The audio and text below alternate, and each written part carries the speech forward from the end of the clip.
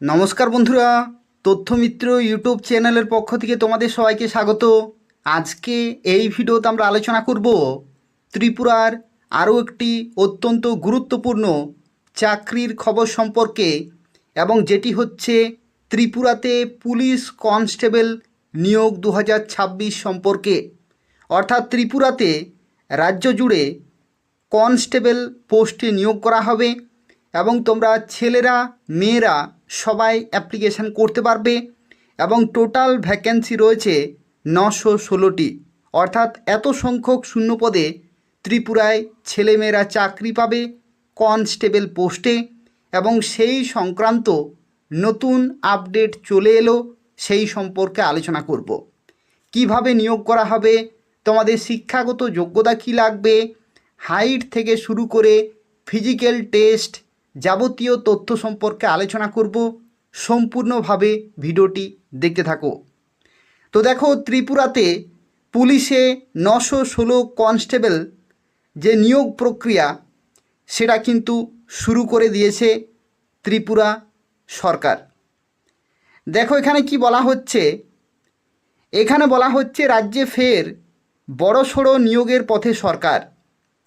Police বিভাগে 916 জন constable নিয়োগের প্রক্রিয়া শুরু করেছে রাজ্য সরকার। পুরুষ ও মহিলা উভয় শ্রেণীতেই নিয়োগ করা হবে বলে জানিয়েছে পুলিশ সদর দপ্তর। অর্থাৎ ছেলেরা মেয়েরা সবাই এখানে অ্যাপ্লিকেশান করতে পারবে। ইতিমধ্যেই নিয়োগ প্রক্রিয়া সম্পন্ন করতে 6 সদস্যের একটি কমিটি গঠন করা হয়েছে। পুলিশ সূত্রে খবর, মুখ্যমন্ত্রী ডক্টর মানিক সাহা আগেই রাজ্য পুলিশের শূন্যপদ পূরণের আশ্বাস দিয়েছিলেন। সেই ঘোষণার পরেই এবার নিয়োগ প্রক্রিয়া শুরু হলো।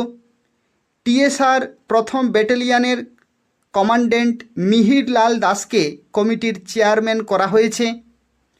সদস্যদের মধ্যে রয়েছেন টিএসআর 10ম ব্যাটালিয়নের সহকারী কমান্ড্যান্ট প্রীতম চন্দ, ডিএসপি দীপা দেববর্মা সহ আরও অনেকে।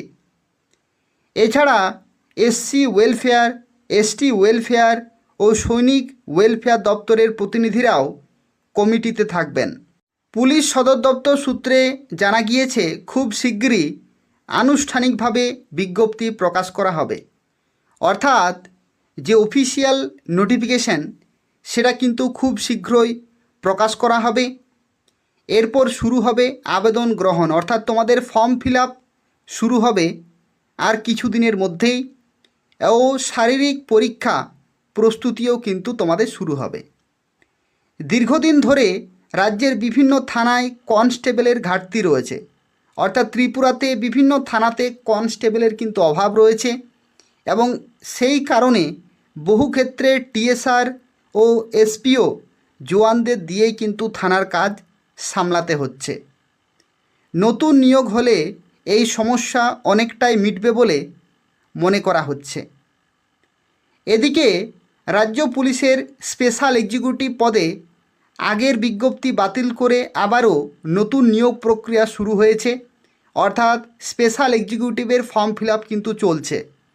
তোমরা যারা স্পেশাল এক্সিকিউটিভের ফর্ম ফিল আপ করতে চাইছো তারা এই ভিডিও নিচে কমেন্ট করে জানাবে, আমি তোমাদের অ্যাপ্লিকেশান ফর্মটি দিয়ে দেব।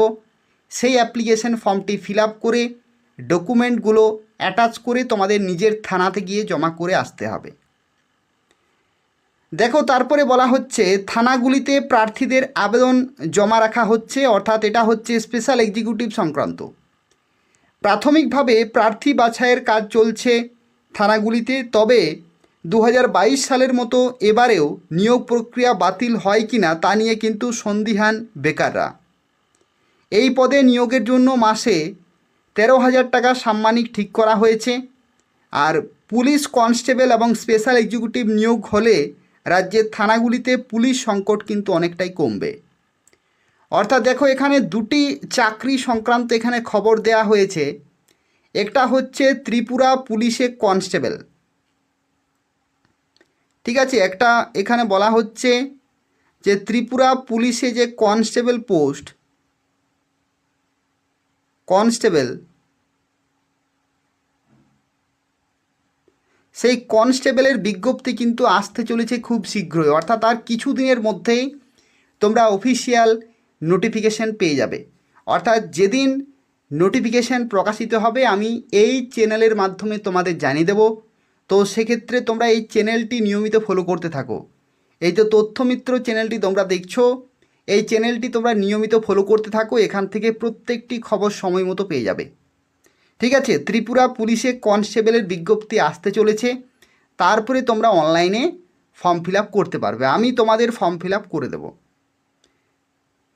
আর তাছাড়াও আরও একটি চাকরির খবর রয়েছে, যারা হচ্ছে ত্রিপুরা পুলিশে স্পেশাল এক্সিকিউটিভ 2022-এর যে বিজ্ঞপ্তি সেটা ক্যান্সেল করে নতুন করে ফর্ম ফিল আপ শুরু হয়েছে। তো তোমরা যারা স্পেশাল এক্সিকিউটিভের ফর্ম ফিল আপ করতে চাইছো তারা আমাকে কমেন্টে জানাবে, আমি তোমাদের ফর্মটি কিন্তু শেয়ার করে দেব। সেই ফর্মটি ফিল আপ করে তোমাদের শিক্ষাগত যোগ্যতার ডকুমেন্ট, মার্কশিট, অ্যাডমিট কার্ড, আধার কার্ড, ফটো, সিগনেচার এই সমস্ত কিছু দিয়ে তোমাদেরকে নিজের থানাতে কিন্তু জমা করতে হবে। আর এই যে ত্রিপুরা পুলিশের কনস্টেবল যেটার ভ্যাকেন্সি রয়েছে 916টি, এটার বিজ্ঞপ্তি কিন্তু আসতে চলেছে আর কিছু দিনের মধ্যেই।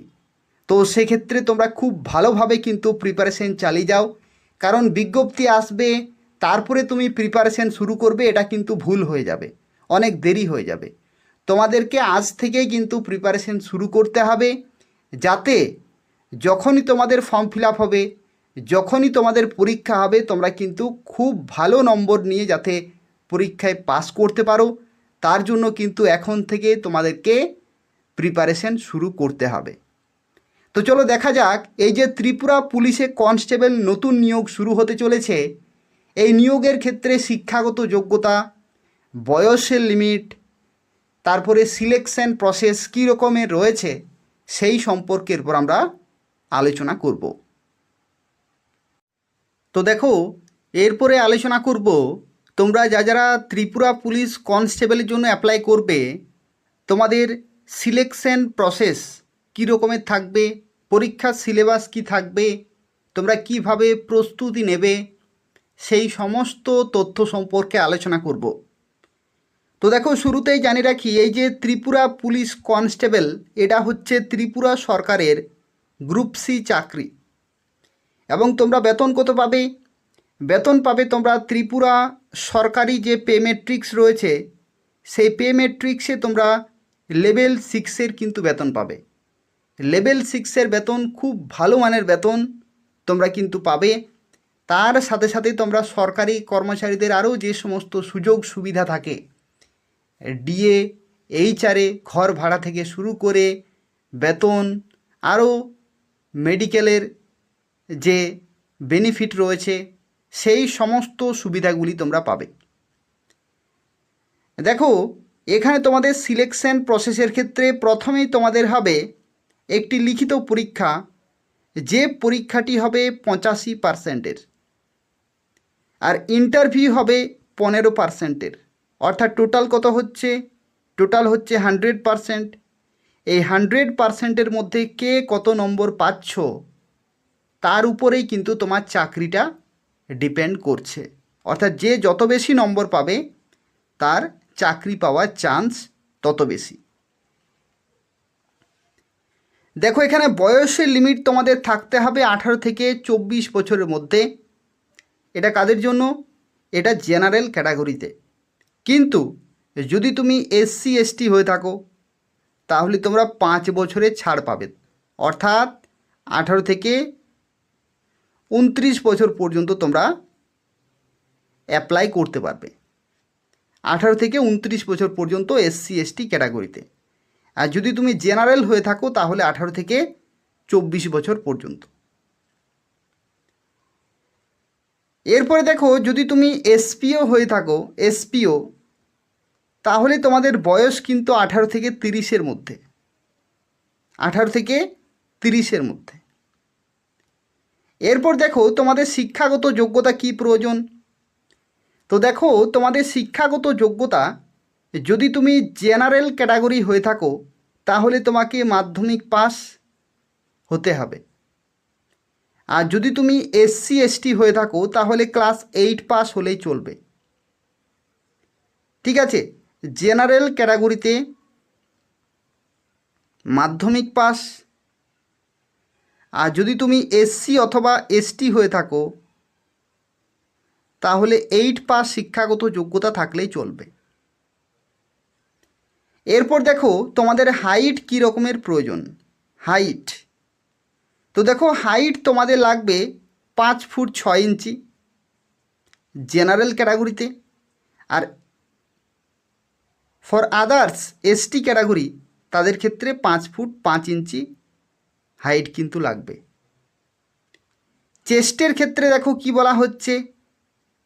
চেস্টের ক্ষেত্রে দেখো যাদের 5 ফুট 6 ইঞ্চি হাইট লাগছে তাদের চেস্ট 31 ইঞ্চি থেকে 33 ইঞ্চি পর্যন্ত করতে হবে। আর যাদের ক্ষেত্রে হাইট লাগছে 5 ফুট 5 ইঞ্চি তাদের ক্ষেত্রে 30 থেকে 32 কিন্তু করতে হবে। ঠিক আছে, এরপর দেখো এখানে হাইট আর চেস্ট সংক্রান্ত ছেলেদের আবার মেয়েদের ক্ষেত্রে আলাদা রয়েছে। ছেলেদের ক্ষেত্রে হাইট লাগছে 5 ফুট 6 ইঞ্চি জেনারেল ক্যাটাগরিতে আর এসসি ক্যাটাগরিতে। আর যারা এসটি ক্যাটাগরি তাদের ক্ষেত্রে 5 ফুট 5 ইঞ্চি হাইট কিন্তু লাগছে। এটা কাদের জন্য? এটা হচ্ছে ছেলেদের জন্য, ছেলেদের জন্য। আর যদি তোমরা মেয়েদের ক্ষেত্রে দেখো এখানে হাইট লাগছে জেনারেল ক্যাটাগরিতে 5 ফুট আর এসটি ক্যাটাগরিতে 4 ফুট 11 ইঞ্চি।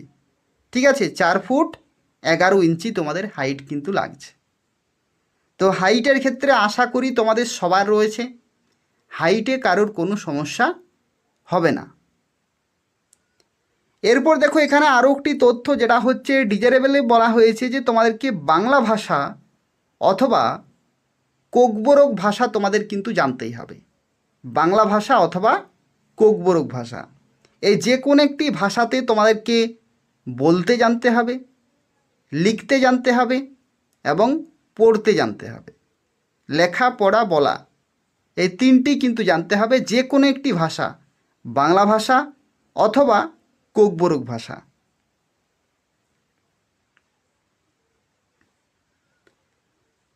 এই হচ্ছে সম্পূর্ণ তথ্য।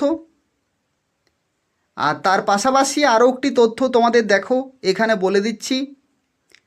ছেলেদের ক্ষেত্রে এখানে ফিজিক্যাল যে efficiency test, physical efficiency test, শারীরিক সক্ষমতার পরীক্ষা ছেলেদের ক্ষেত্রে আলাদা আর মেয়েদের ক্ষেত্রে আলাদা। ছেলেদের ক্ষেত্রে দেখো বলা হচ্ছে 4 কিলোমিটার তোমাকে দৌড়াতে হবে 21 মিনিটে।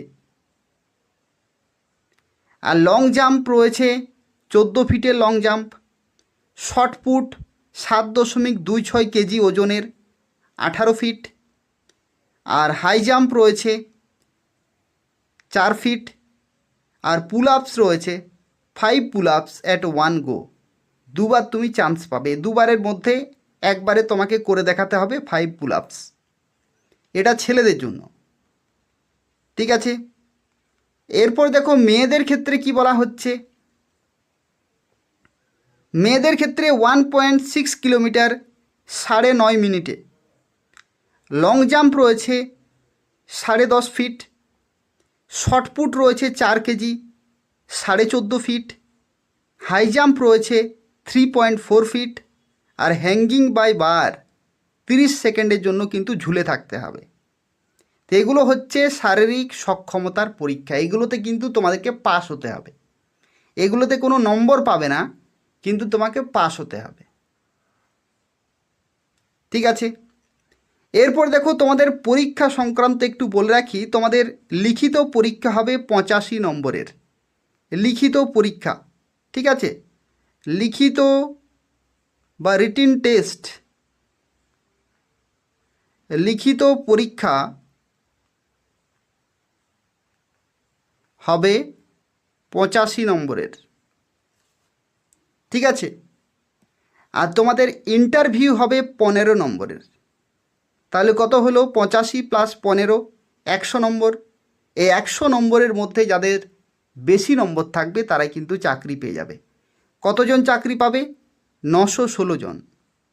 যেহেতু 916টি ভ্যাকেন্সি রয়েছে, তাই 916 জন ক্যান্ডিডেট চাকরি পাবে।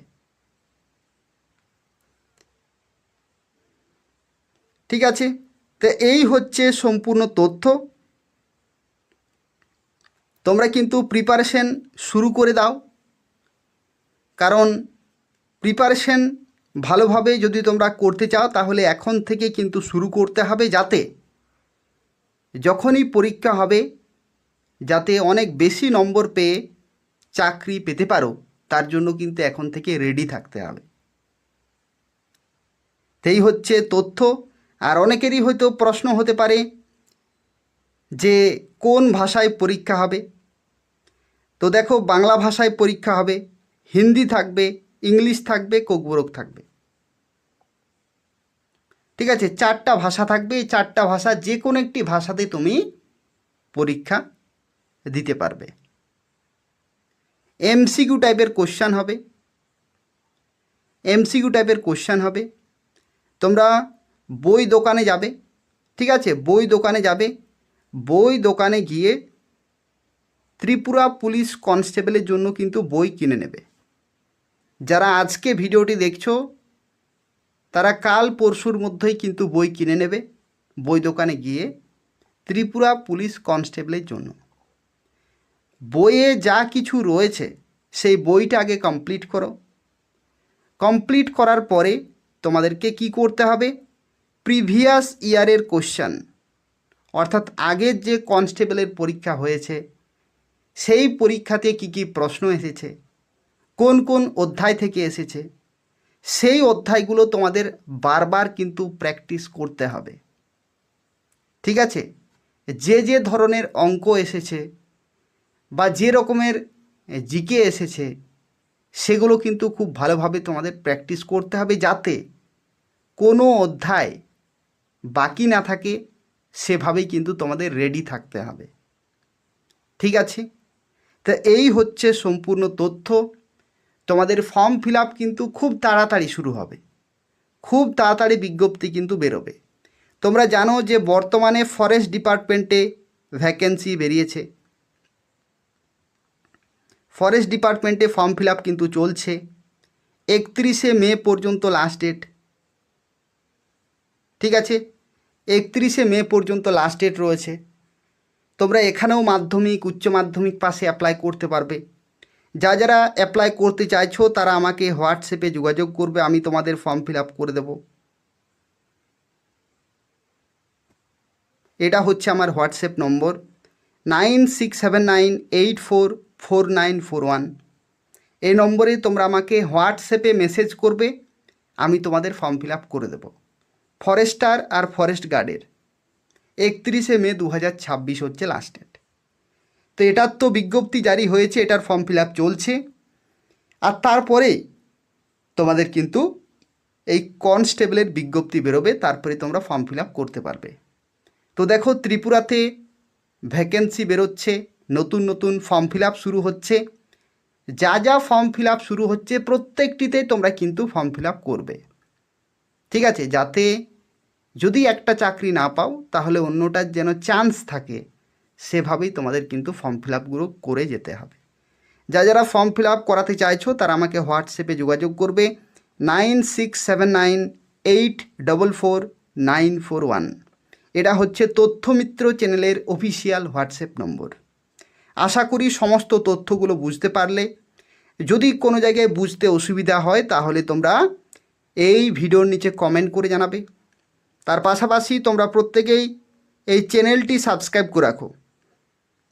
এই যে তথ্যমিত্র চ্যানেলটি তোমরা দেখছো, এই তথ্যমিত্র চ্যানেলটি তোমরা প্রত্যেকেই সাবস্ক্রাইব করে রাখো ত্রিপুরার প্রত্যেকটি চাকরির খবর সময় মতো পাওয়ার জন্য। ধন্যবাদ।